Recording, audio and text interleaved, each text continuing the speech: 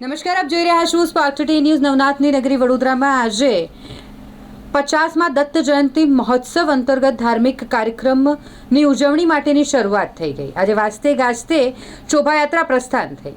બરાનપુરા સ્થિત શ્રીરંગ અવધૂત મહારાજ મંદિર ખાતેથી આ શોભાયાત્રાનું પ્રસ્થાન થયું. ભાવિ ભક્તો ભજન અને ઢોલ નગારા સાથે શરૂ થયેલી આ યાત્રાએ સમગ્ર વિસ્તારને ભક્તિમય બનાવી દીધું. પાલખી યાત્રા દરમિયાન શ્રી સદગુરુ કાવડી બુવા મહારાજ રામ મંદિર ચોખંડી ખાતે વિશેષ આરતી થઈ, જ્યાં મોટી સંખ્યામાં ભક્તોએ હાજરી આપી. ત્યારબાદ શોભાયાત્રા પહોંચી શ્રી કાવડી બુવા સમાધિ એકમુખી દત્ત મંદિર ખાતે, જ્યાં મહાઆરતી સાથે કાર્યક્રમ પૂર્ણ થયો.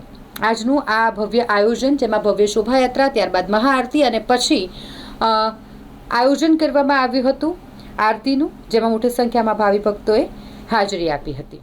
ખૂબ સુંદર આયોજન છે. આપ જાણો છો કે વડોદરા શહેરમાં 250 થી 300 વર્ષ જૂનું પ્રાચીન અને પૌરાણિક એકમુખી દત્ત કાવડી બાવાનું મંદિર આવેલું છે. ત્યાં કાવડી બાવાની સમાધિ છે. 50 વર્ષથી નિયમિત રીતે ભંડારાનું આયોજન થાય છે અને એ ભંડારા નિમિત્તે આજે પ્રથમ વખતે કાવડી બાવાની આ પાલખી યાત્રા શોભાયાત્રા કાઢવામાં આવી છે. એમાં આપ જોઈ રહ્યા છો કે ભક્તજનો ખૂબ મોટી સંખ્યામાં ઉપસ્થિત થયા છે અને એક ભક્તિમય વાતાવરણ આજે અહીંયા નિર્માણ થયું છે. તો હું સૌ ભક્તોને આપના માધ્યમથી ગુરુદેવ દત્ત કહીશ અને આવા પવિત્ર કાર્યમાં જોડાવા માટે સૌને નમ્ર આમંત્રણ છે.